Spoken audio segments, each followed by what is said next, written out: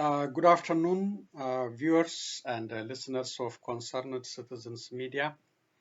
Thank you again for coming back. It has been a while since I did my broadcast. So many updates happened, but I couldn't have time to share with you. So I'm back. I'm happy to be back. So I will start with US 2022 Human Rights Report for all for so many countries. So this Human Rights report covers Iran, the situation in Cuba, Nicaragua, Burma,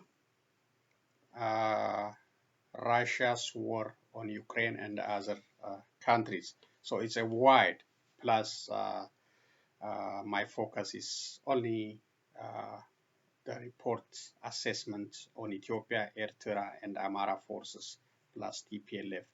That is my focus. But if you are interested to hear the entire report, you can get it from US State Department video. The whole video covers Iran, uh,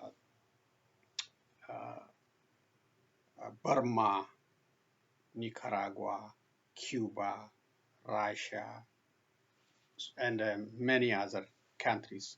So let's start what Anthony Secretary Anthony Blinken says about Ethiopia human rights violation in the 2-year war, especially the war on Tigray. It's a very serious report, on crimes against humanity, war crime, and all other atrocities happened in the last 2 years. Plus, also I have Ethiopia Parliament removing TPLF from terrorist watch list. So, plus other updates. Thank you again for coming back. I know it might be a review for some of you, but for those who didn't have a chance to hear the report of US on Ethiopia, Eritrea, and Amhara forces plus TPLF, this is a good news to hear it, and it's not bad. It's worth listening again for others too. So let's get started. Thank you again for coming back. There we go. Ethiopia, where I had a very productive discussion with Prime Minister Abiy and his team. I also met with Getachew Reda, the TPLF signatory to the November 2nd Cessation of Hostilities Agreement, who was just selected to be the leader of its interim administration. I commended both sides for reaching that agreement and the significant progress made in its implementation. With this agreement in place, the fighting has stopped. Humanitarian assistance is flowing. Services are being restored. Human rights in northern Ethiopia are significantly down. Eritrean forces are leaving.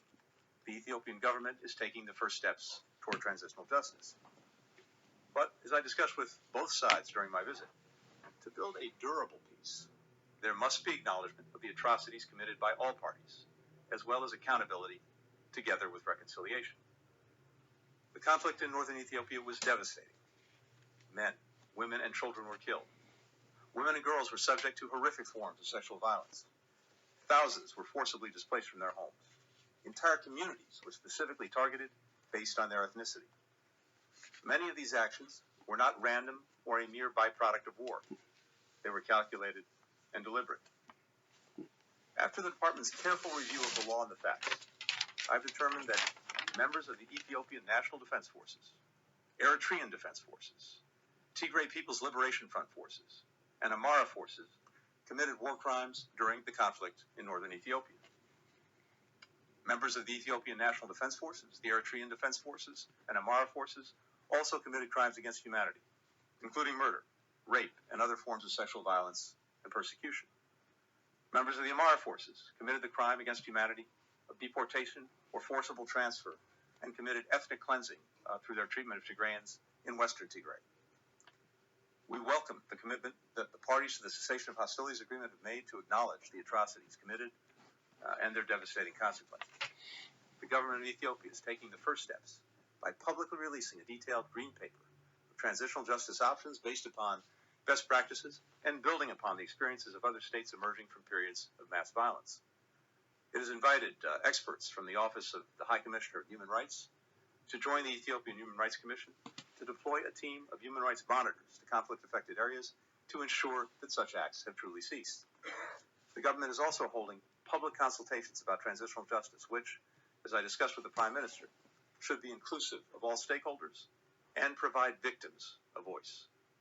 The process is benefiting from the advice of experts in the field, including members of my team who participated in a workshop on transitional justice with other international specialists just last week.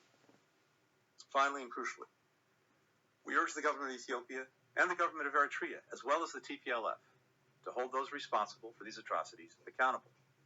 These steps, acknowledgement, accountability, reconciliation, are key to breaking the cycle of ethnic and political violence that has gripped Ethiopia and prevented it from reaching its unlimited potential for so long. The United States will partner with Ethiopia as it implements a credible transitional justice process for the benefit of all victims and affected communities.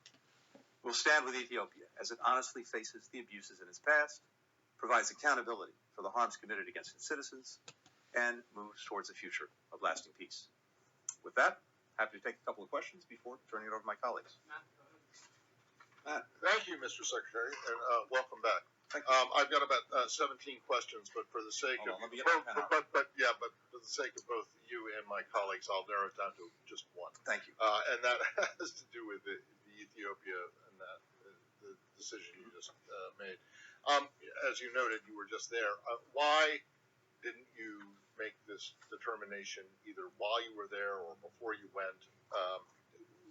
Were your conversations while you were there instructed in making this? And then the other thing is on this, you seem to suggest that you think that Ethiopian courts can take care, can deal with this. That is not so much the case as it relates to Russia and Ukraine. And I'm just wondering why it is that you think that. Thanks, Matt. Well, look, I'm obviously not going to get into the details of private discussions that I had, but two things. First, this determination is the product of a lot of very deliberate, detailed work. And we are, when we make these determinations, very focused on doing that work, making sure that we have the facts, that we apply them to the law, and all of that takes time and focus. It seemed appropriate to release the determination that we made as we're putting out the human rights report. And beyond that, I'd say that in terms of what happens next in Ethiopia, including what process they establish to provide for justice, for accountability, we'll see. I don't think that's been determined. What has been determined, and what I could see from my meetings and conversations last week, is a commitment on all sides to engage in this process of transitional justice, an acknowledgement of the atrocities that have been committed, again, by all sides in the course of this conflict in northern Ethiopia, and I believe a commitment to genuinely get to a better place that has to include accountability, that has to include, I think, reconciliation, if we're going to have a truly durable peace. That's what I heard on the trip. And again, I think the situation that we're seeing now in Ethiopia is vastly different than situations in other parts of the world, in that over the last 4 months, the steps that all sides have taken to implement the cessation of hostilities agreement has literally saved lives and changed lives for tens of thousands, hundreds of thousands of people. But that doesn't erase what happened over the last 2 years, which is why it is so important that we get this transitional justice process moving and that there is accountability as well as reconciliation. Okay.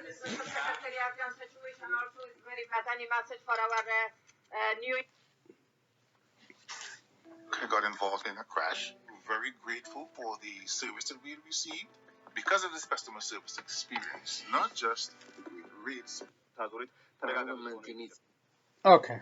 I will come back to the Ethiopia's parliament uh, removal of TPLF from terrorist list. I will come back to that one. So that is a very good report by U.S. Secretary of State Antony Blinken.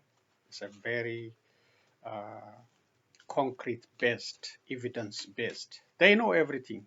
They know what Eritreans are doing or have done, and what the Amhara Fano militia have done in the 2-year war, what the Ethiopian Federal Armed Army did, plus what the Amharas or the Fano militia still doing in Western Tigray. He said the atrocities, the crimes committed, they are not just random actions. These are calculated, he said, calculated and deliberate. Calculated and deliberate. Yes, in the war, usually casualties related to the war, but the crimes committed in the 2 years are calculated and deliberate, especially rape and displacement of the Tigrans from Western Tigray by Fano or Amhara militia. So it's not accidental. They know what happened. They have the evidence, and they know more than us. They know more than us. They are watching us via satellites or by, we don't know how they did it, but they know they have the evidence, and the report is damning, very damning to Prosperity Party and Abiy Ahmed, and those who are just to ignore the crimes committed in the 2 years and to just stay in power without any accountability, without any justice for the victim, and to go back to Agua, get millions and millions of dollars through a tax-free trade and normalization with US and the European. That will not happen unless accountability and justice happen for the war in the last 2 years. And this will include the Prosperity Party hire civilian officials, military officials, Eritrean forces, Amhara militia, and also TPLF, to that matter. There must be accountability. There must be justice for the Tigrayan people and those impacted by this 2-year war. 2-year war. So the problem is how US can enforce this report and put pressure on those responsible to be accounted by international court, not in Ethiopian court, by the court, controlled by Prime Minister Abiy Ahmed. No justice over there. They can do whatever they start doing now. That's transitional justice dominated by Prosperity Party officials. No, they cannot be done. It must be done by independent investigation. UN investigative team must be allowed to do their work independently without any pressure from TPLF or Amhara or Eritrea or Ethiopia. They must be allowed to do the investigation, then have the report, additional report uh, for the international court to bring justice for all involved, especially the major ones who conducted the atrocities, who ordered the atrocities, including the Prime Minister Abiy Ahmed. So we just wait and see how the United States can enforce. Releasing the report is good, letting know the international community about the war crimes committed in Ethiopia is very good. But how can they enforce? How can they bring these people into international court? And that remain to be seen. So we are waiting for that day for justice and accountability for all atrocities, ethnic-based atrocities carried out in Tigray, and the investigation also must uh, include the war atrocity going on in Oromia. The ignored war for more than uh, almost 2018, especially after Prime Minister came to power in Wolaga and Guji, Borana, and other areas, including uh, the situation related to drought and hunger. It's a politically motivated hunger. So that should be included in the investigation, and these officials must be accounted for. And we can't wait for that day, the judgment day. Is you know is an it's not a normal war. This is a war against ethnicity to eliminate the Tigrayans. We have seen all the videos, the talk, propaganda. So it's not a normal war. Normal war. Once you are captured, you will be respected. But this atrocity beyond control. So, thank you, U.S. For releasing the report and for calling for accountability and justice. And I hope the pressure will continue to bring those people, those individuals, and the government accountability and justice. Let's continue with a very short video, and then I have also Ethiopia and their Eritrea response for the U.S. report, and also BBC report confirmation, not BBC, but Addis Standard confirmation about the removal of TPLF from terrorist watch list. It shouldn't have happened in the first place. It's all politically motivated action. It was passed without any challenge, actually, no challenge in the parliament, no open discussion on TPLF and Oromo Liberation Army, which the government call Onek Shene. So it's just Parliament is, order to delist and list TPLF and OLF as terrorists, because they are ordered by Prime Minister Abiy Ahmed, controlled by Prime Minister Abiy Ahmed. And what we get from this listing and the 2-year war for Ethiopians, nothing at all. Ethiopia again, nothing. We got nothing from the 2-year war except death and destruction. And global isolation plus other challenges to Ethiopians, including high unemployment, high inflation, plus other problems. That's what we get from this 2-year carried out by Prosperity Party and its allies. So it was a wrong war, a very wrong war. And another wrong war is still going in Oromia. They are not listening, Prosperity Party. They are not learning from their mistake. They are waging war against Oromos under the pretext of eliminating on Akshani or OLF. So we are not out of the wood yet. We are not out of the wood, but we must learn. We must learn. Ethiopians must learn not to repeat mistake, not to destroy life and property again. That is a 2-year war we got.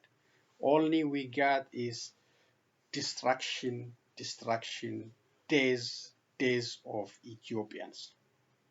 And it was warned by so many uh, Ethiopians and others not to conduct this war, but they pushed it. They went to war. Finally, they got death and destruction and spending of the country's economy on unnecessary war. Unnecessary war between citizens, including inviting foreign entities like Eritrea and others. So we gain nothing gained. I hope they will learn from this one and stop the war, the ongoing war in Oromia. Let's listen to about the removal of TPLF from terrorist list. Very short video. Ethiopia removed on Wednesday the rebel Tigray People's Liberation Front (TPLF) from an official list of terrorist groups. The move is seen as a key step towards establishing peace following 2 years of conflict in the north of the country. The TPLF was officially designated a terrorist organization in May 2021. The conclusion of the peace agreement between the government and TPLF is an important step. The need to investigate alleged violations both before and since the peace agreement raises an important as ever to increasing and creating a durable peace with full respect for human rights.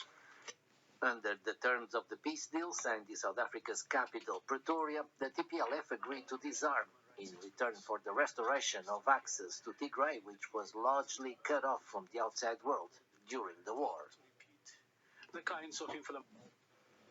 Okay. In Moscow, a red carpet treatment and state dinner. Okay, I will come back to the Chinese president visit to Moscow later. Let me read what Ethiopia said about U.S. State Department report, and Eritrea all condemned the report. Ethiopia, Eritrea say U.S. allegation inflammatory, defamatory. Ethiopia's government has accused the United States of taking a partisan approach by alleging that its forces and Eritrean troops had committed war crimes during the 2-year conflict in Tigray.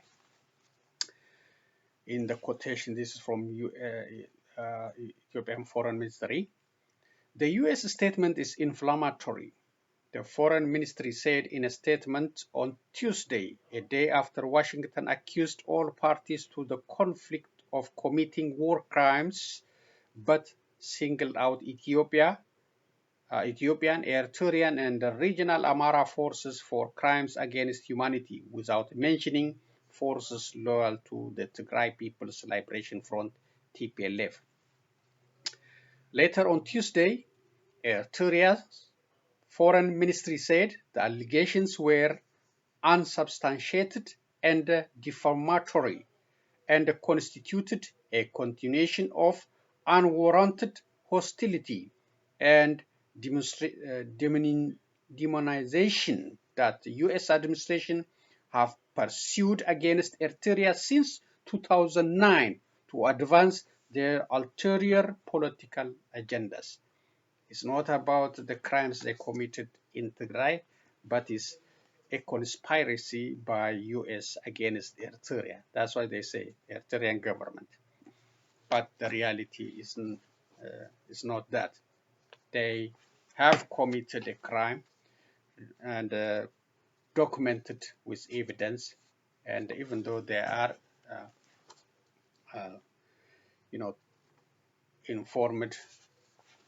informed the world community, they are out, but they are still in Tigray. They are not completely out.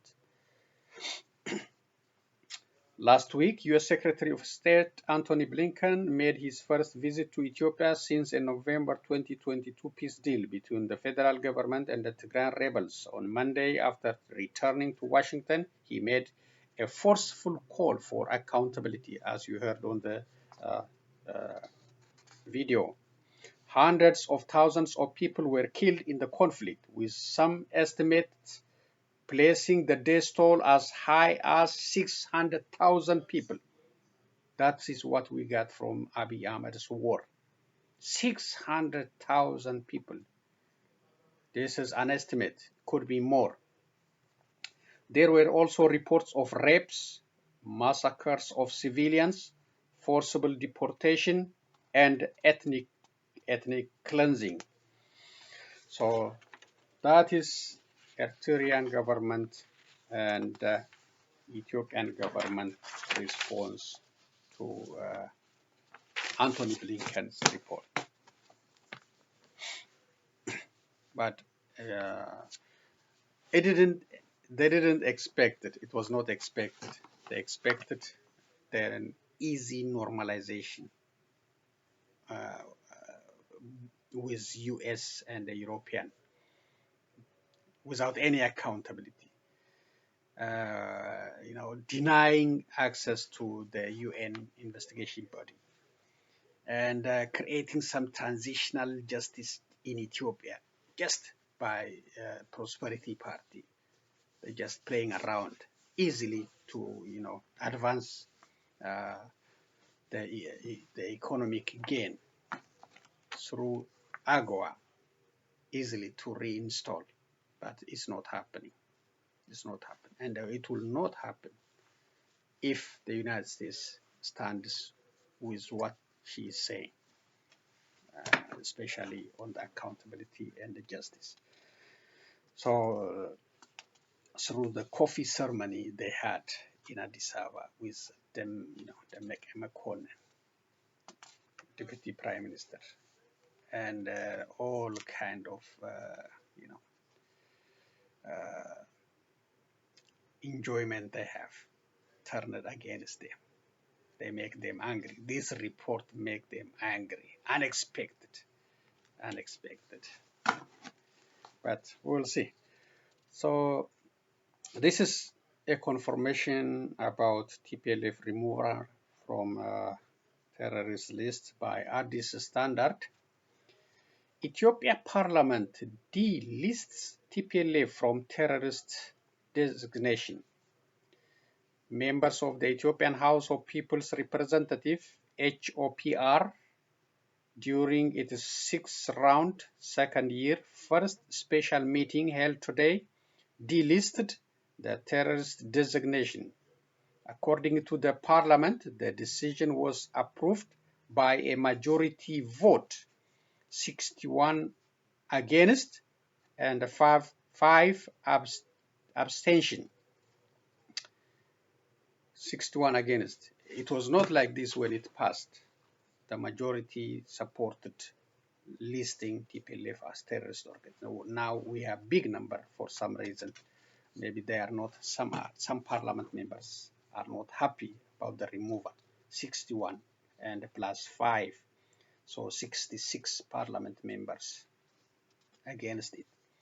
On May 5, 2021, that members of the HOPR designated the TPLF along with Shene, a term the government used to refer to the armed group Oromo Liberation Army, OLA, as terrorist group, citing Articles 18 and 19 of Proclamation Number 1176/2020 on the prevention and suppression of terrorism crimes. The Parliament's decision followed an earlier decision on May 1st by the Council Ministers that approved the resolution to designate the groups as terrorist organization. That was, the beginning of the war. Subsequently, the federal prosecutors charged 62 former and current TPLF officials with terrorism-related offenses under the case file of Debretsion Gabra-Mikael, PhD, chairman of the party. The accused include Getachew Reda, who on 17 March has been picked by the TPLF to lead Tigray's incoming interim regional administration, IRA. The designation has compounded possibilities of peace talks to bring an early end to the 2 years war in Ethiopia that broke out in the Tigray region and spread to Amhara and Afar regions.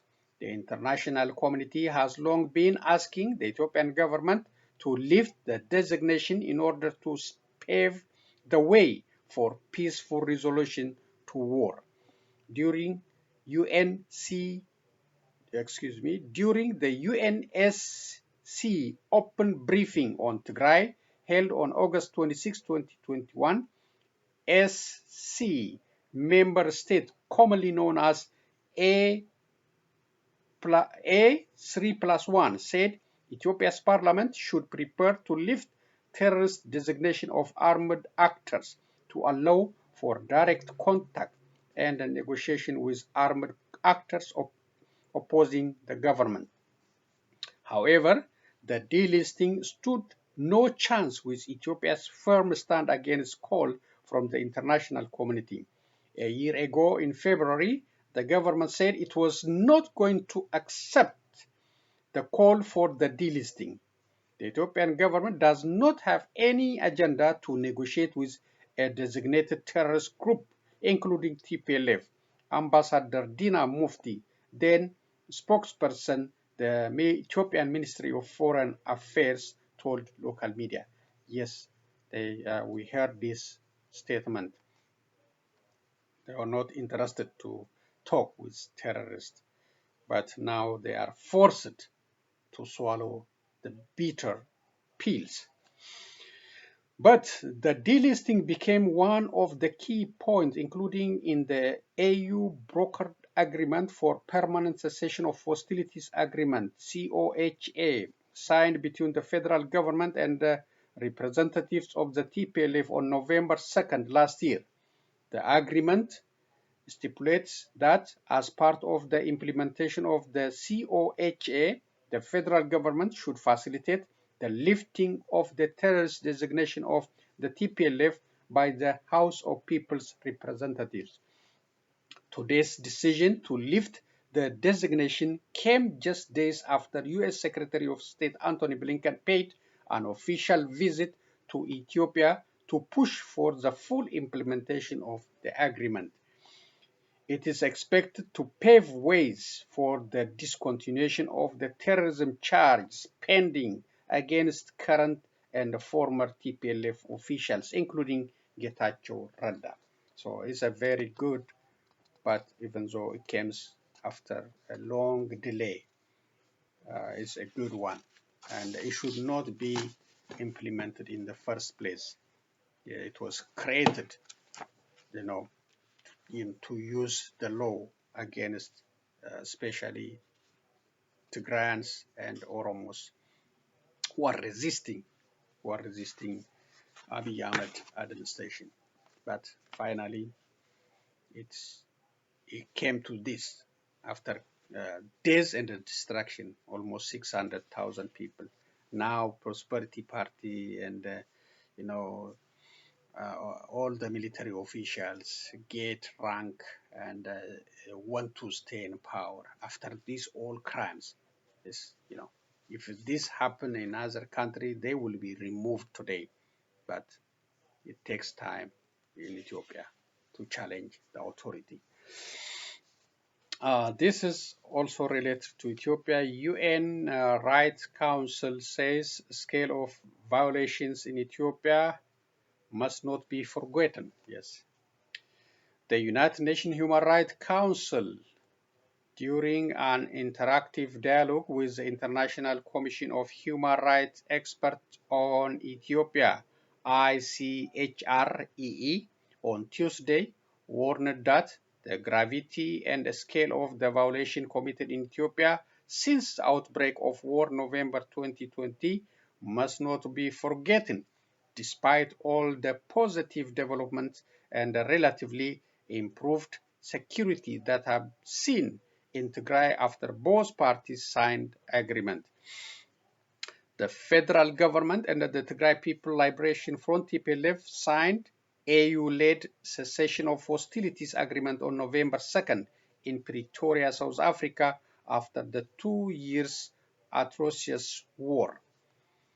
The International Commission of Human Rights experts on Ethiopia presented its first report to the UN Human Rights Council in September last year, in which it said there were reasonable grounds to believe war crimes and crimes against humanity were committed. Since then, a significant improvement in the situation in Ethiopia and a sustainable reduction in the conflict. The previous report found reasonable ground to believe that all parties to the conflict had committed war crimes and violations and abuses of human rights since fighting erupted, said Mohammed Chande Othman, chairperson of the International Commission of Human Rights Experts on Ethiopia. During the discussion, it was reported that the Commission is still looking into wartime human rights violations together with abuses that occur after the peace agreement, reads a statement by the Office of the United Nations High Commissioner for Human Rights, OHCHR. The conclusion of the peace agreement between the government and the TPLF was a significant step, but it was still necessary to look into alleged violations that may have occurred prior to and after the agreement if a lasting peace with full respect for human rights was to be achieved. Representatives from Ethiopia also discussed that the government is overseeing full implementation of lasting peace, which is the main focus, through a signed peace agreement convened by African Union. Humanitarian aid supply was significantly increased and services were restored. As the second pillar of peace implementation, while disarmament, demobilization, and reintegration of former combatants as overseen by the African Union was a third mechanism. Holding an independent, transparent, and impartial investigation into all allegations of violation and abuses of international human rights law, violations of international humanitarian law, and international refugee law was an essential step to fight impunity and contribute to holding those responsible to account, said the Ethiopian Human Rights Commission. Okay. Accountability and transitional justice must remain at the core of the peace process. The Ethiopian Commission also called for further progress on the implementation of the agreement and the declaration, continued and unimpeded humanitarian access, and the further expansion of basic services in conflict-related areas in northern Ethiopia.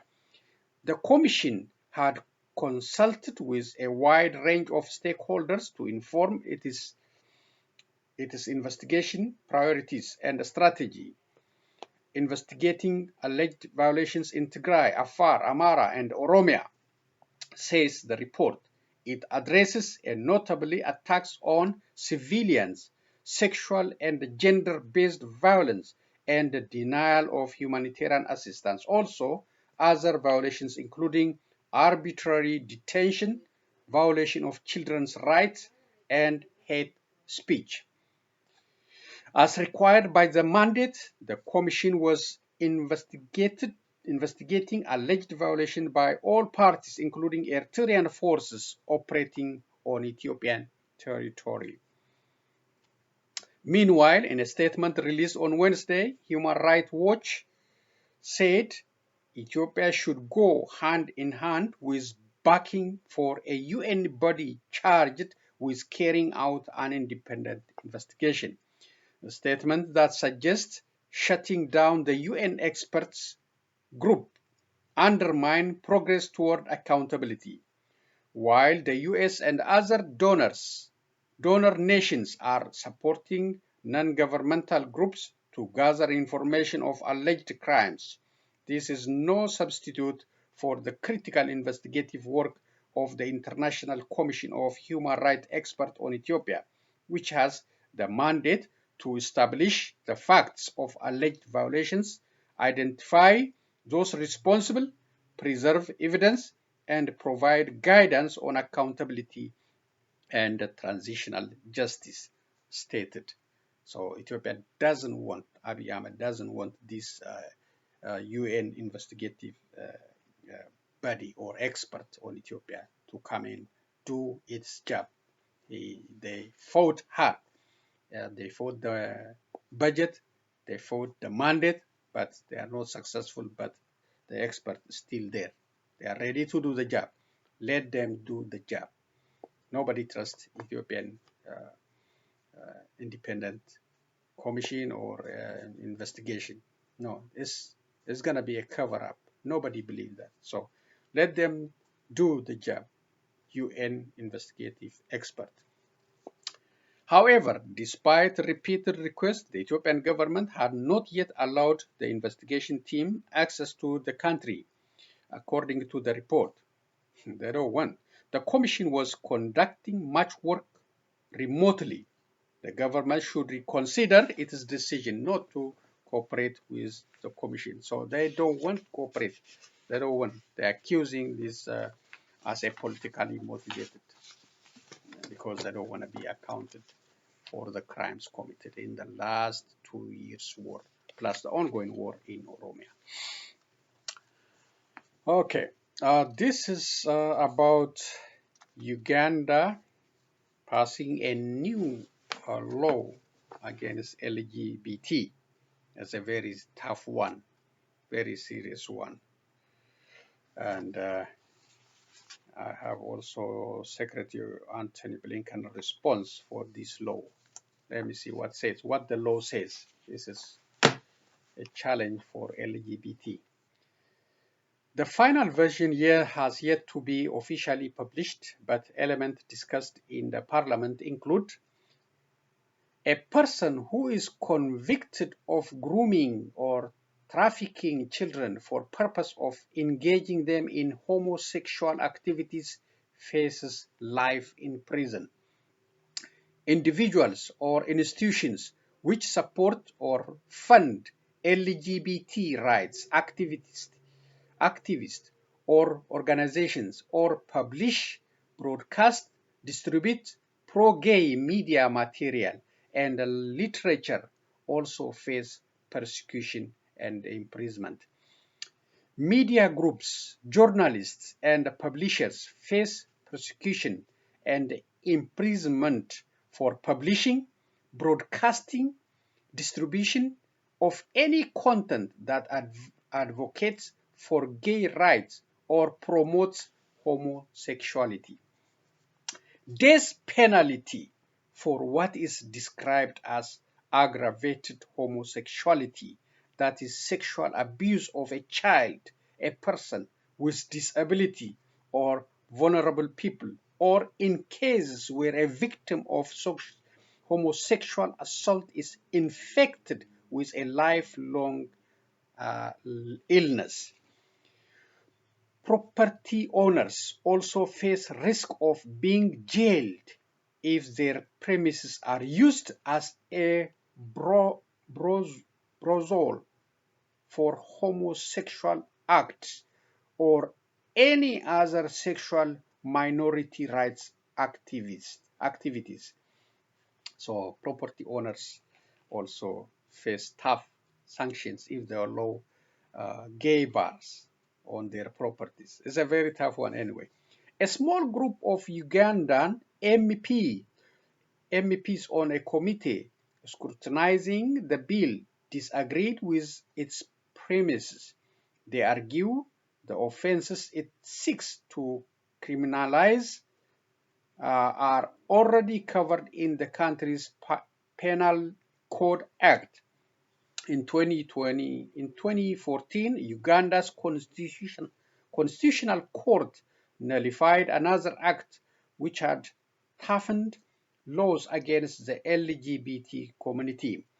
It included making it illegal to promote and fund LGBT groups and activities, as well as reiterating that homosexual acts should be punished by the life imprisonment, and was widely condemned by Western countries. The court ruled that the legislation be revoked because it had been passed by Parliament without the required quorum. Same-sex relations are banned in about 30 African countries, where many people uphold conservative religious and social values. So that is reported by BBC about Uganda's new very forceful law against LGBT. So they have to be careful. Those who are visiting Uganda, if they are LGBT, or those who are homegrown LGBTs, they have to make adjustment or face these tough laws. So that's part of the challenge. Here we go, the U.S. State Secretary Antony Blinken statement or tweet on this one. The Anti-Homosexuality Act passed by the Ugandan Parliament yesterday would undermine fundamental human rights of all Ugandans and could reverse gains in the fight against HIV/AIDS. We urge the Ugandan government to strongly reconsider the implementation of this legislation.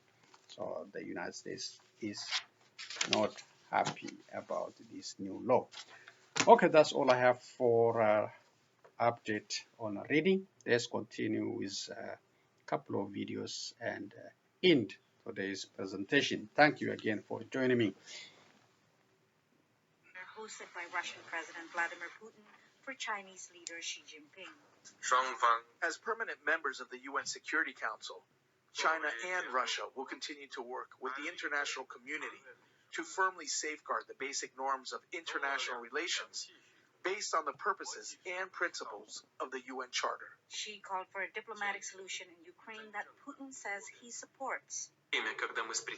We believe that many points of Chinese peace plan are in sync with Russian approach and could form a basis for a peaceful settlement when the West and Kiev are ready for it. However, we're not seeing any such readiness on their part. The White House rejected Putin's claims. We haven't seen anything that they've said, they put forward, that gives us hope that this war is going to end anytime soon. Before the Putin-Xi meeting, the U.S. warned against a Chinese-brokered ceasefire, saying it would ratify Russia's gains in Ukraine. John Kirby said the U.S. would only support Beijing-brokered talks if President Volodymyr Zelensky believed they would lead to a just peace. For the Ukrainian leader, that means no concessions on territory annexed by Putin. I doubt that the Russians would agree to that condition. They've already rejected it as something that they don't regard as any kind of a starting point for negotiations. Zelensky met Tuesday with Fumio Kishida. The Japanese prime minister was the latest leader in the Western alliance to make a surprise visit to Kyiv.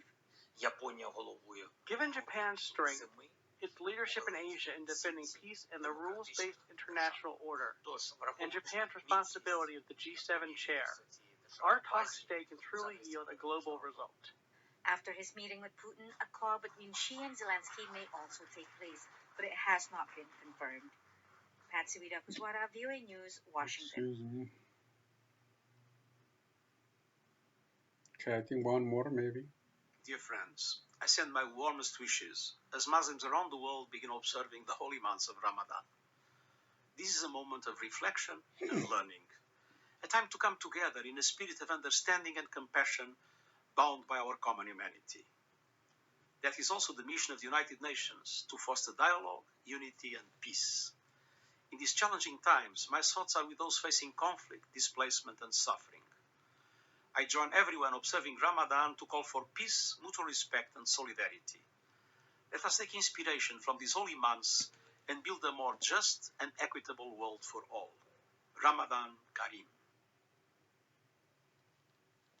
Okay, Ramadan Kareem. Thank you, Mr. Guterres, UN General Secretary. It's a good messaging for those start the fasting months, starting tomorrow, I think, Ramadan Kareem. So let me conclude. The U.S. report on Ethiopia, Eritrea, and those other actors is a very encouraging one. And the removal of TPLF from terrorist list is also an encouraging one for normal relationships, for establishing peace in that country. And I don't know why they left OLA on that list. That's also a very serious one. And the war must stop. The ongoing war in Oromia must stop. And the United States, European Union, and others must put pressure, including the African Union, to do the same thing with OLA, settle the conflict.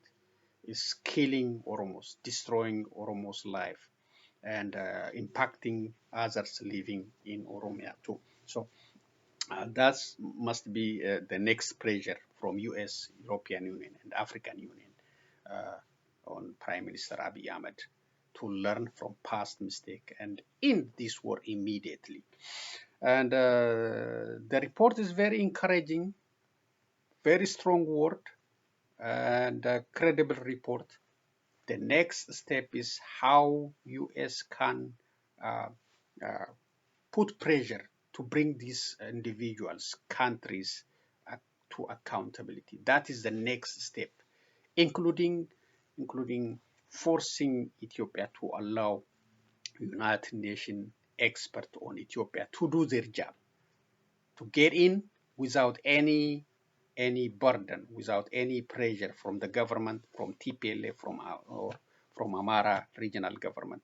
Do their job with the people, interview the people, find the evidence, conduct their job, and come back with evidence, and then bring those individuals to accountability. That is the major step left for US, European Union, and the African Union. So that, other than that, the words will remain words if you don't follow with action, concrete action, accountability, holding Prime Minister Abiy Ahmed, holding Isaias Afwerki, holding those Fano militia and those responsible in the TPLF side to accountability and justice for the victims, especially the Tigrayans. They suffered more than enough, really, more than enough, just because of their ethnicity. That's a serious crime we witness under Abiy Ahmed, and including the burning of human life alive, the burning of humans with their own properties, the hanging of human head on the stick and the show up. No accountability in Ethiopian court, no justice. We have so many videos, but no accountability for those individuals. They are still moving around to do another crime. So justice and accountability must be followed, must be enforced, and so those words must put into practice with the help of US, European Union, African Union, and other international players. And the war in Oromia must come to an end, and we need US and European and African help for this purpose too. That's all I'm gonna say for today. Ramadan Mubarak, as UN General Secretary Guterres, I mean, General Guterres, UN Secretary of State, uh, said. So, Ramadan Mubarak for those start the fasting tomorrow. And please be safe. Please continue your prayer to end the ongoing war in Oromia and for the world peace and stability, and call for justice accountability for all these criminal acts carried out in Ethiopia especially. Thank you again for coming back. I will be back with another news update. Take care and so long everyone.